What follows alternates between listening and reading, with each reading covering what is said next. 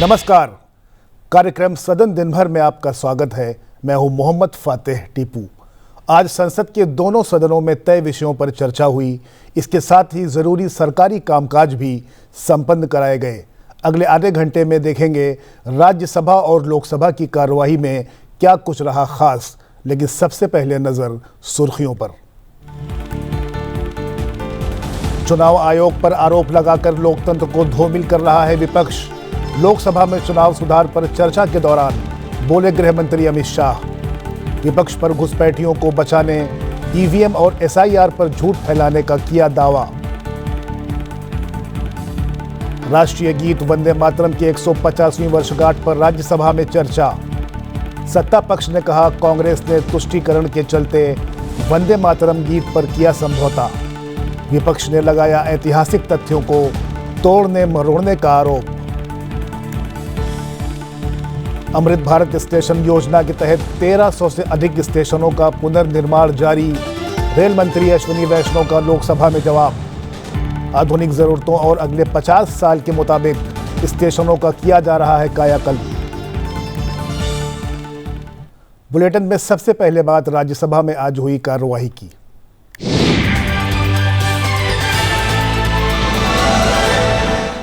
राज्यसभा की कार्यवाही की शुरुआत मंत्रालयों से जुड़े पत्र और संसदीय समितियों के प्रतिवेदन रखने के साथ हुई। कार्यवाही शुरू होने पर सभापति सीपी राधाकृष्णन ने मानवाधिकार दिवस पर मानव अधिकारों की सुरक्षा के लिए मिलकर प्रयास करने का आह्वान किया। Honorable members, today, the 10th of December 2025, we joined the global community in commemorating the 77th anniversary of the adoption of Universal Declaration of Human Rights by the United Nations General Assembly in 1948. This historic and enduring document continues to stand as the bedrock of human dignity, freedom, equality, and justice for every individual across the world. This year's global theme, Human Rights, Our Everyday Essentials, underscores three simple yet profound truths. Human rights are positive, human rights are essential, and human rights are attainable. Human rights empower individuals and communities, prevent harm, protect dignity, and transform societies for the better. India, drawing inspiration from its ancient ideal of Vasudhaiva Kudumbakam, the world is one family, and guided by a constitution that guarantees fundamental rights and the directive principles of state policy, has always been a resolute champion of these universal values and elected representatives of the people. It is our bounden duty to ensure that human rights remain living, breathing realities for every citizen, particularly the most vulnerable and marginalized sections of the society. On this solemn occasion of Human Rights Day 2025, let us pledge anew to work tirelessly towards a nation and a world where human rights are truly our everyday essentials, positive in their impact, essential for dignified existence, and attainable for all without exception. सदन में आज कौशल विकास एवं उद्यमिता मंत्रालय, शिक्षा मंत्रालय, सहकारिता मंत्रालय, सामाजिक न्याय एवं अधिकारिता मंत्रालय से जुड़े दस्तावेज रखे गए। इसके साथ ही गृह मंत्रालय, मत्स्य पालन पशुपालन एवं डेयरी मंत्रालय, सामाजिक न्याय एवं अधिकारिता मंत्रालय, सड़क परिवहन एवं राजमार्ग मंत्रालय और सहकारिता मंत्रालय से जुड़े पत्र सदन के पटल पर रखे गए। सदन में उद्योग संबंधी संसदीय स्थायी समिति के प्रतिवेदन, कोयला खान और इस्पात संबंधी संसदीय स्थायी समिति के प्रतिवेदन प्रस्तुत किए गए। इसके अलावा वित्त संबंधी संसदीय स्थायी समिति के विवरण भी रखे गए।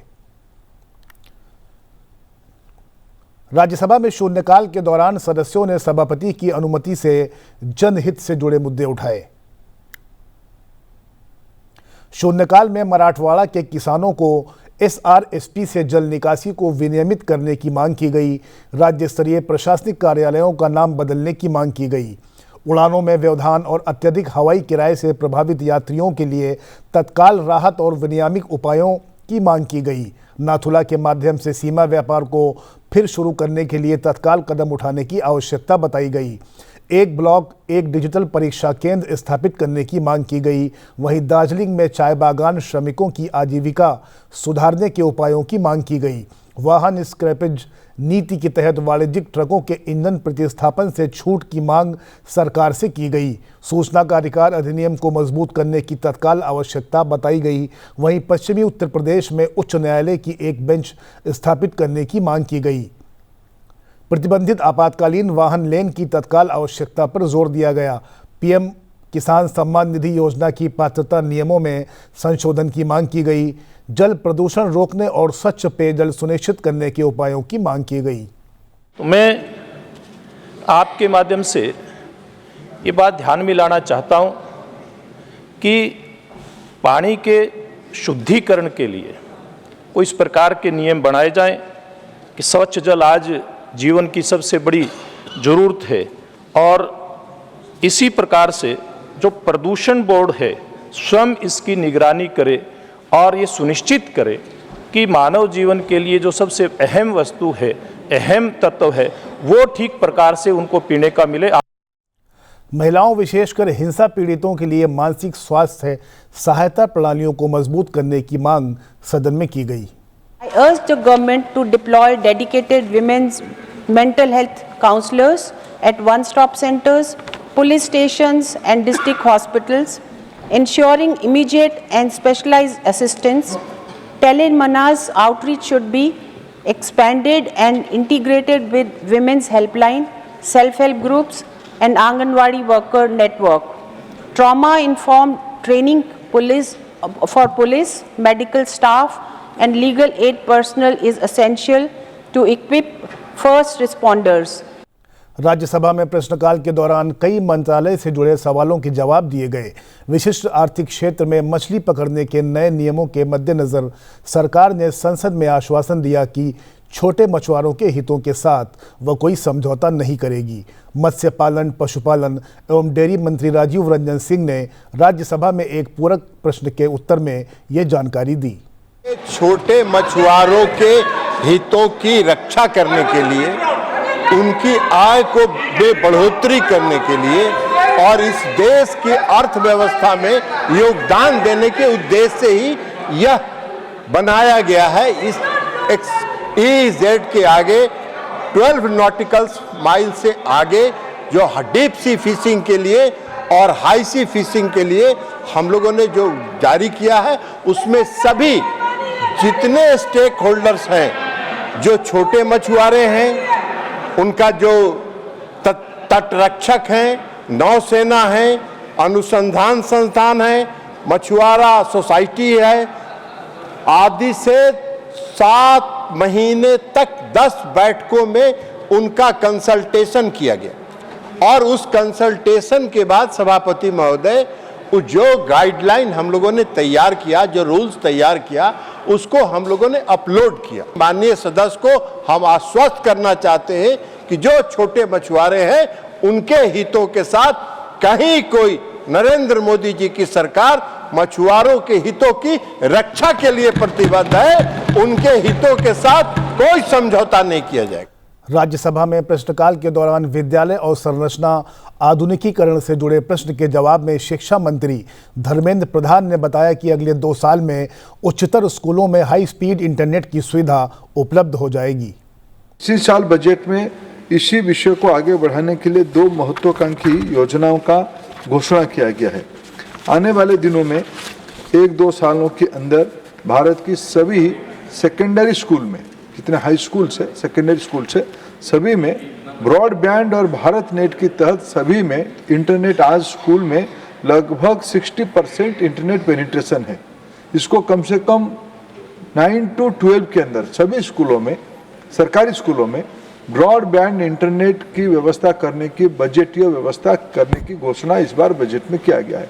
जो मूल प्रश्न है, आगे चल के एजुकेशन टेक्नोलॉजी ड्रिवेन होगी, उसकी मूल आवश्यकता इंफ्रास्ट्रक्चर होगी।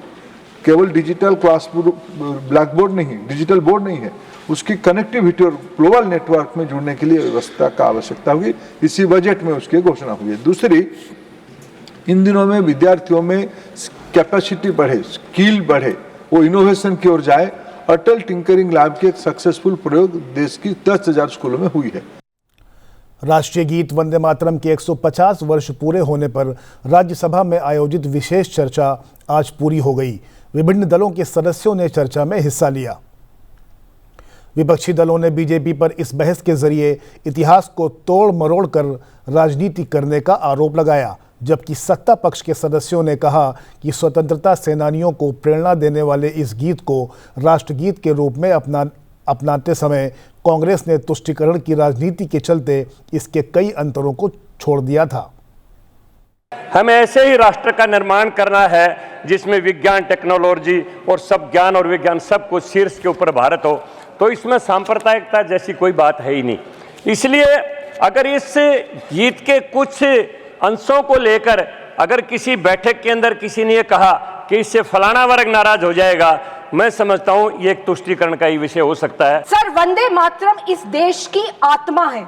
इसके बोल हमेशा हमें देश के लिए कुर्बानी देने के लिए प्रोत्साहित करते हैं। सर, ये भी सच है कि सुजलाम सुफलाम मलयज शीतलाम का जो आदर्श वंदे मातरम हमें दिखाता है, आज वही जल, वही धरती और वही हवा धीरे धीरे प्रदूषण के संकट से गुजर रही है। यदि हम सुपात्र हैं तो फिर देश के लिए जिएंगे, यही संकल्प मात्र है। इसीलिए मुक्त कंठ से कहें वंदे मातरम, यह भारत माँ की आराधना है, पीढ़ियों की साधना है। वंदे मातरम राष्ट्र चेतना का मंत्र है। इसकी प्रेरणा से भारत स्वतंत्र है। बस यह मंत्र है, मंत्र है, मंत्र है। उल्लेखनीय है कि वर्तमान सरकार माननीय प्रधानमंत्री नरेंद्र मोदी जी के नेतृत्व में राष्ट्रभक्ति और सांस्कृतिक अस्मिता के पुनः जागरण में निरंतर अग्रसर है।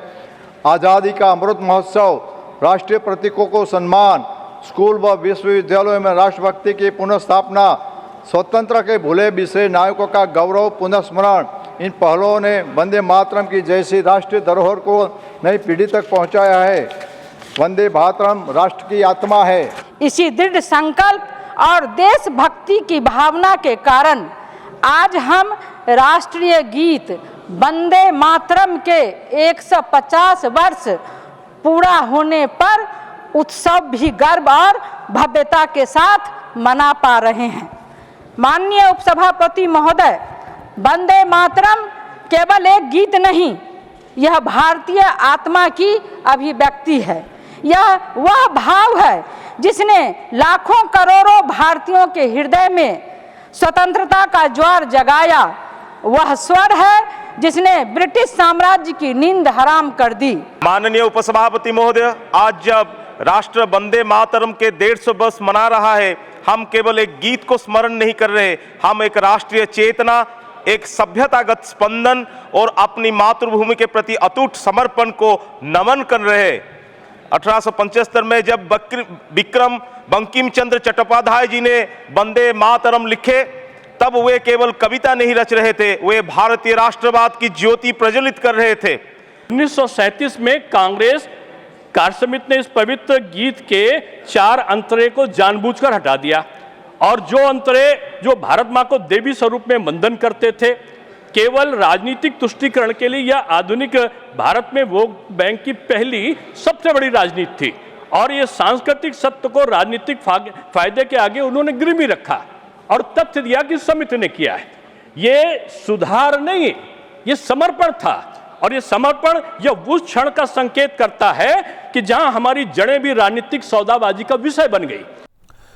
बुलेटिन में अब बात लोकसभा से जुड़ी कार्रवाई की।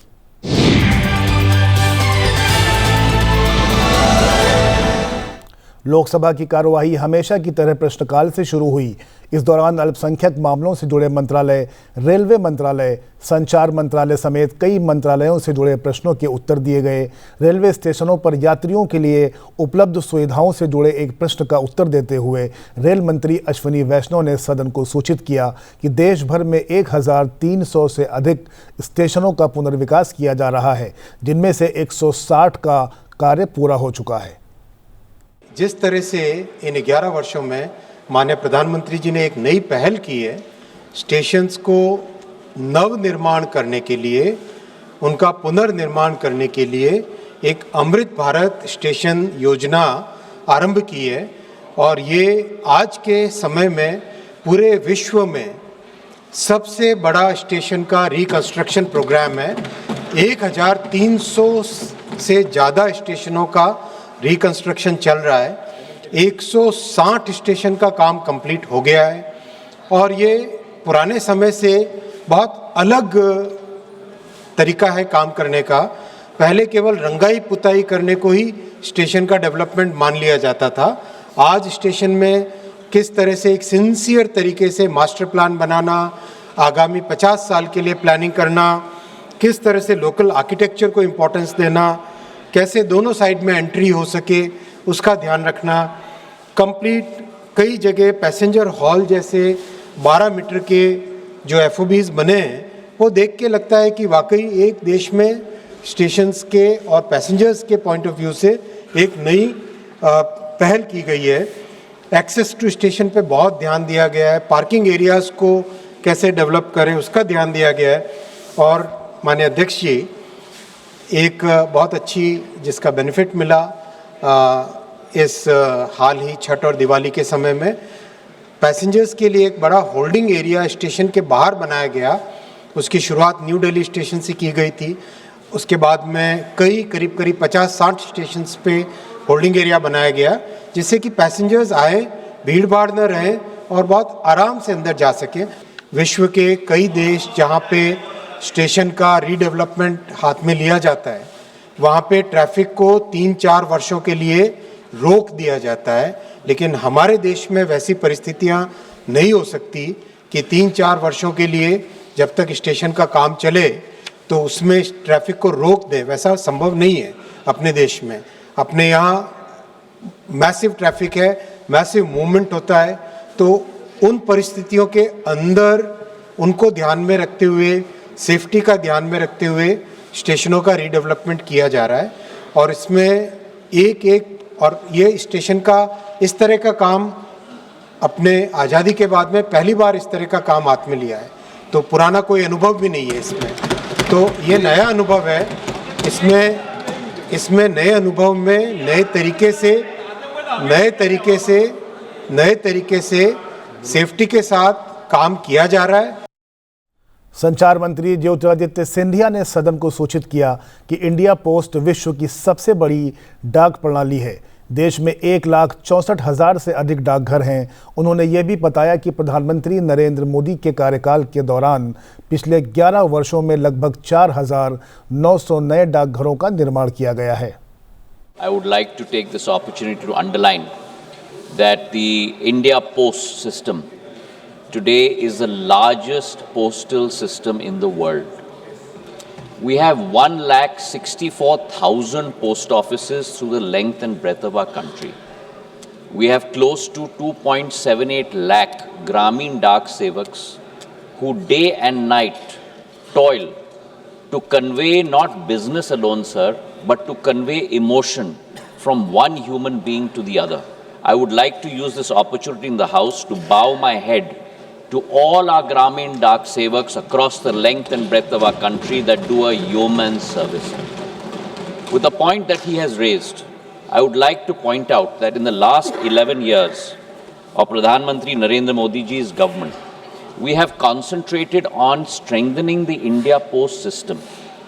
We have constructed close to about 4,903 new post offices, sir, in left-wing extremism states only in the last three and a half years. 5,746 new post offices have been sanctioned, sir, in unbanked villages, out of which 5,657 as on date, sir, have been opened. So 97% of that task has been completed. And in the last 11 years, we have expanded the postal network by 10,170 post offices in the country. In the last 5 years, sir, we have sanctioned and expensed close to 405 crore rupees for the construction, renovation of not only postal buildings, but we have 49 heritage post offices also, sir, belonging to India Post, which today are our jewels, and we have spent money on that. Having said that, sir, the Indian postal system requires certainly funding to be able to renovate the other balance 25,000 post offices that are owned by India Post. We are working on that today. Not only that, I would like to assure through you, sir, the House, that we are bringing in place, in the process of bringing in place, a full business process re-engineering exercise for India Post, by which our first mile, middle mile and last mile delivery will become much more prompt, much more service oriented and much more digitally oriented for the crores of citizens across our country.